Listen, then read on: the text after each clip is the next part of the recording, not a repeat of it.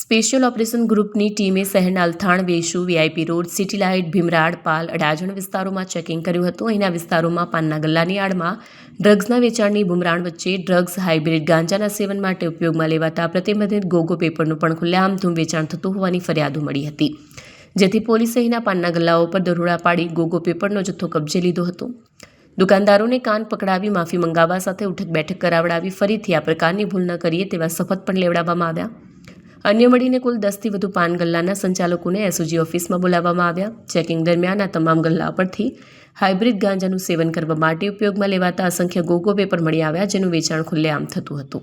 એસઓજીની ઓફિસમાં જ તમામ સંચાલકોને કાન પકડાવીને માફી મંગાવવામાં આવી. તમામ સંચાલકોએ કબૂલાત કરી કે તેઓ પૈસાની લાલચમાં ગોગો પેપર વેચતા હતા અને હવે તેઓ આ ભૂલ નહીં કરે.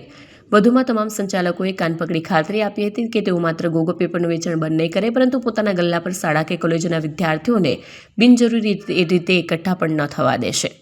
પોલીસે જણાવ્યું હતું કે આ કાર્યવાહી માત્ર કાયદાકીય નથી, પરંતુ સામાજિક જવાબદારીનો ભાગ પણ છે, જેથી અન્ય વેપારીઓ પણ આવા ગેરકાયદેસર અને અનૈતિક વેચાણ કરતા ડરે.